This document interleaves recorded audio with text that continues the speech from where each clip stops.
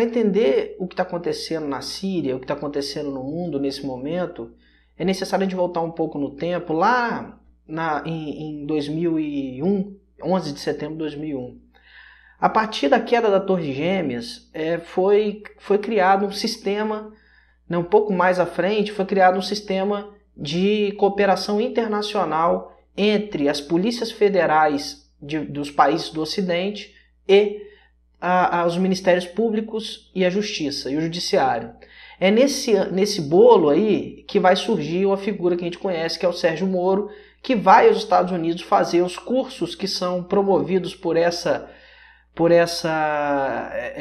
grupo que foi criado e a pretexto de combater o terrorismo, principalmente através da lavagem de dinheiro para financiar esses grupos em diversos países, né, incluindo o Brasil.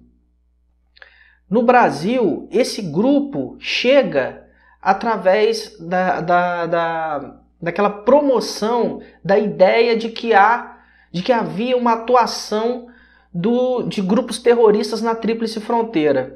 É tão interessante isso porque a gente vai ter na Tríplice Fronteira Brasil, Argentina e Paraguai. Na América do Sul você vai ter primeiro o golpe no Paraguai, depois você vai ter um golpe eleitoral, né, porque eles conseguiram fazer o Macri vencer, né, e aqui no Brasil o golpe que a gente está vivendo até agora com a ascensão do Michel Temer, né, e essa cooperação vai ficando cada vez mais aguda a partir do momento que ela também começa a atingir os países, os paraísos fiscais, principalmente a Suíça, que se predispõe a ajudar nesse combate à lavagem de dinheiro desses grupos de terrorismo, né?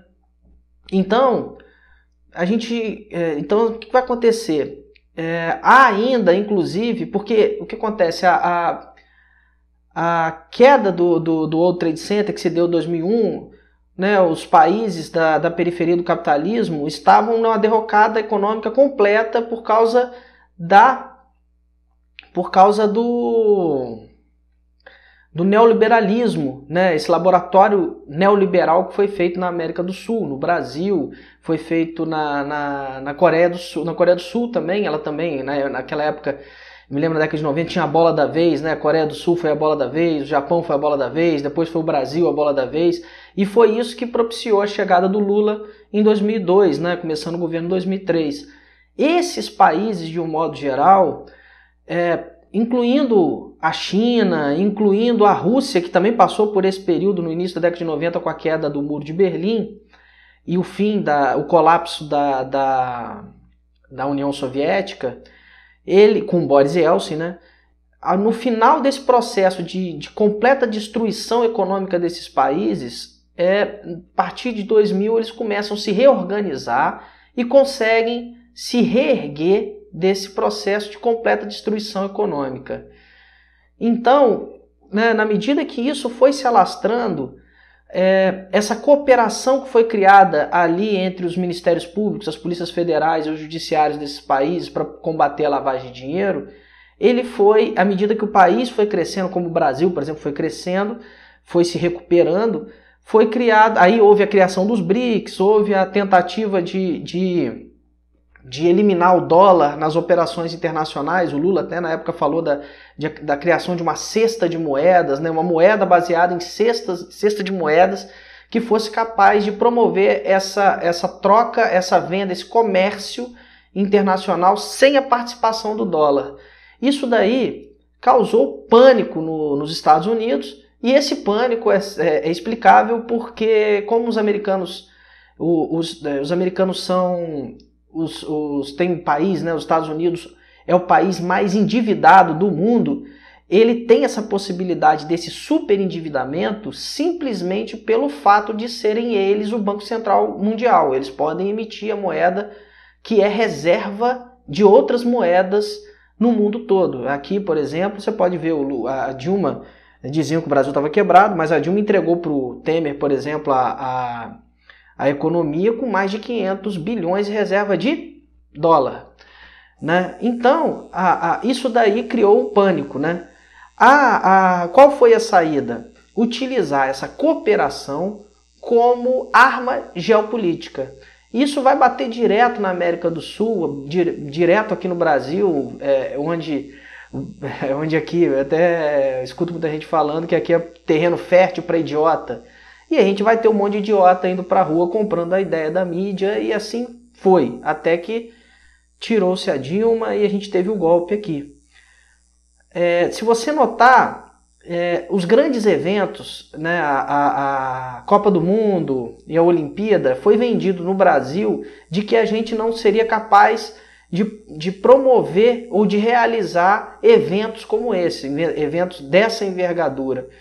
E para culminar, até o 7-1 entra nesse bolo que vai destruindo emocionalmente o brasileiro.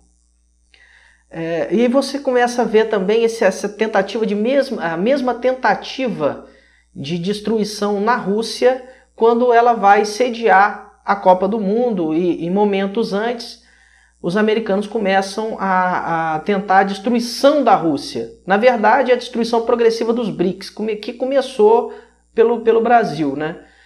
E por lá, pouco tempo depois da Copa do Mundo aqui no Brasil, começa a promover uma série de manifestações, tentaram fazer mega manifestações, foi inclusive usado o pato amarelo lá, parece que aí é até interessante que eles tenham usado o pato amarelo também lá, tentado usar, porque aí fica parecendo realmente que é como se fosse um consórcio internacional para poder promover o golpe nos BRICS. Só que o Putin não é de brincadeira, ele foi, prendeu mais de 900 pessoas, desceu a bolacha no pessoal e acabou com tudo. E fez o certo. Infelizmente não tinha outra saída. Ou era isso, ou ele sofreria um golpe interno nos moldes do Brasil. O que restou? Né? Restou o combate à corrupção, né? Que os americanos estão promovendo no mundo todo, inclusive no Brasil, que é o que derrubou a Dilma e tal, essa falácia do combate à corrupção, e partiram para dentro da FIFA, né, já que a Rússia vai sediar a Copa desse ano, e essa luta começa um ano e meio antes, né, da Copa do Mundo, há um ano atrás, quando começa a prender o Marinho, começa a desconfiar que houve compra de voto e assim vai. É uma maneira de tentar destruir a imagem da Rússia, do Catar e assim vai. Veja bem, não quer dizer que eles são 100% corretos, que também não tenha acontecido a compra de voto. Mas essa é a ordem das coisas no mundo. Os americanos, inclusive, sempre sediaram Copa, não só Copa, né? Copa uma, mas Olimpíada e outros grandes eventos assim, comprando as pessoas. Só que a partir do momento que o mundo começa a ter o mesmo capital, não só político, mas econômico, ele também, o resto do mundo, vamos dizer assim, os BRICS, começam a usar do mesmo expediente americano, né? E ele vai começar a usar esse consórcio que começou lá com a queda das Torres Gêmeas, quando ele começa a acusar a Tríplice Fronteira, que eu falei agora aqui, ele vai usar isso daí como arma geopolítica. Como não teve sucesso com a Rússia nesse caminho, surge a Síria, né? Você tem que lembrar que a Síria é parceira da Rússia e até da União Soviética anteriormente, há mais de 40 anos, né? Então, essa parceria histórica, né, essa aproximação histórica que envolve inclusive o Irã, não iria passar em branco a partir do momento daquela tentativa de destruição do governo do Assad através daquela Primavera Árabe, né, que influenciou inclusive no Brasil, no golpe aqui. Qual foi a saída, então, né, encontrada pela Rússia? Ir à Síria, apoiar belicamente, economicamente, de modo a manter o seu governo, o governo que ele tem mais afinidade e possibilidade de influência naquela região, que é onde se tem muito petróleo, muita energia, né? E tentar fazer com que o Assad vencesse a guerra. E a Rússia conseguiu. Isso é que é o mais interessante. Hoje o Assad ocupa, não só ocupa, né? Ele controla 80% do território, do seu território da Síria. E já é a segunda vez, inclusive, que vão lá e inventam essa fake news aí, que é o ataque usando armas químicas. Tanto que o diplomata sírio, ontem na reunião extraordinária da Comissão de Segurança lá, né, na ONU, ele deixou isso bem claro, que se houve esse ataque, como estão dizendo, não poderia ser a Síria a ter desfechado esse ataque, porque não faz sentido, realmente não faz sentido, porque eles já dominaram, praticamente ganharam a guerra, já estão no finalmente. Jamais, em sã consciência, ou tendo o mínimo de inteligência, haveria um ataque nesse sentido, utilizando armas químicas, sabendo que iria haver uma retaliação internacional. Então, cria-se o fato, tenta-se derrubar o governo do Assad com isso, e não consegue. Os americanos se unem com o puxadinho deles, que é a Inglaterra, e o Macron faz o papelão de participar do ataque. Jogam mais de 250 bombas lá, das 250, se eu não me engano, 70 caem, porque o sistema de segurança fornecido pela Rússia de combate terra-ar é muito eficiente, conseguiu derrubar muitos mísseis, não conseguiu causar nenhum dano especial ao governo, os prédios que foram atingidos já estavam evacuados.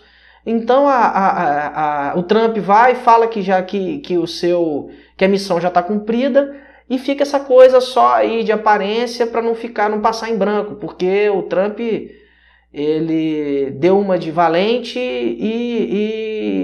e broxou no final, vamos dizer assim. Ele quase não atacou. Ele chegou a dizer que não, vamos atacar, vem bomba e tal, mas sei lá quando, né? E acabou acontecendo o ataque, a gente viu aí.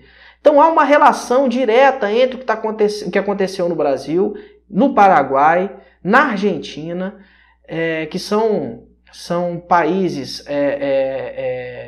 importantes do ponto geopolítico para o Brasil, para atingir o Brasil, e depois também para a Rússia, nesse caso, né? A gente tem que lembrar também que não há essa questão da multipolaridade que nasceu aí com os BRICS, fez com que os americanos se preocupassem bastante com o que viria a acontecer aí com a sua influência no mundo. E eles perderam essa influência. A China passou economicamente os Estados Unidos, e eles não vão admitir isso hoje, porque você ser a superpotência do mundo gera também certas demandas com relação à diplomacia que a China não está muito afim de assumir nesse momento. Mas é certo que a economia chinesa já é maior que a americana. Então, para se ter uma ideia de como o mundo mudou e de como os americanos não vão ter a capacidade de levar essa empreitada de destruição dos países, dos BRICS, ou dos países periféricos do capitalismo tão longe, a gente tem que entender que lá, quando o golpe de 64, os americanos entraram com dinheiro no Brasil. E só foi possível um golpe militar porque houve dinheiro. Hoje, muita gente fica com medo aí, dizendo que vai ter... porque o general disse isso, o general disse aquilo e tudo mais. Mas só que para você fazer uma intervenção militar no Brasil como um todo, um golpe militar, tem que ter dinheiro. Porque não tem dinheiro para isso. Esse é o problema. Os americanos não estão dispostos a fazer isso. Então fica essa democracia de exceção aí por um tempo, até a gente ver, até os americanos, vamos ver até onde os americanos vão conseguir levar isso em termos de geopolítica internacional, e até onde a gente no Brasil vai estar disposto, principalmente a elite brasileira, a bancar a sua autodestruição. Né? Ano passado, 2017, marcou pela primeira queda na renda daquela fatia lá de 10% mais rico do Brasil. Eles perderam 3% da renda. Foi, acho que a primeira vez desde a década de 90, desde o plano Collor, que a gente tem uma queda na renda dos mais ricos, né? Que caíram de, se eu não me engano, 28 mil e pouco para 27.291 reais a renda mensal declarada. Declarada, porque esse pessoal também gosta muito de não declarar. Então há essa relação entre o que está acontecendo no mundo, o que está acontecendo no Brasil e esse clima estranho no mundo de um modo geral. Muita gente fala que é um crime pré-guerra, que é um clima pré-guerra generalizada. Não há condição disso. Hoje, se tiver uma guerra generalizada, a guerra não é generalizada, é a guerra da autodestruição completa. Pelo menos o hemisfério norte vai todo pro beleléu. É o que acontece. Só para citar, a Rússia tem uma bomba que eles chamam de Satan II, capaz de uma única bomba destruir a França inteira. Então, a possibilidade de você ter uma guerra generalizada é mínima, né? Então, provavelmente, se houver, vai ser uma guerra por procuração lá na Síria ou algum outro lugar. Embora eu acho que não venha acontecer, inclusive na Síria também. Não tem força para isso, né? Os próprios americanos não têm capacidade, hoje, não tem mais tanta capacidade de levar economicamente uma guerra desse porte. Né? Eu estava até dizendo, em 64 os americanos tinham quase 70% do PIB mundial. Né? Hoje os americanos têm 30 e poucos por cento do PIB mundial. Então já não tem mais a capacidade de mandar, né, frontalmente. Os americanos têm que fazer essas artimanhas agora, que é derrubar democracias ou criar essas democracias de exceção, como está acontecendo no Brasil, e eu penso que por tempo determinado. Não tem força para muito tempo, não. É isso. Um abraço.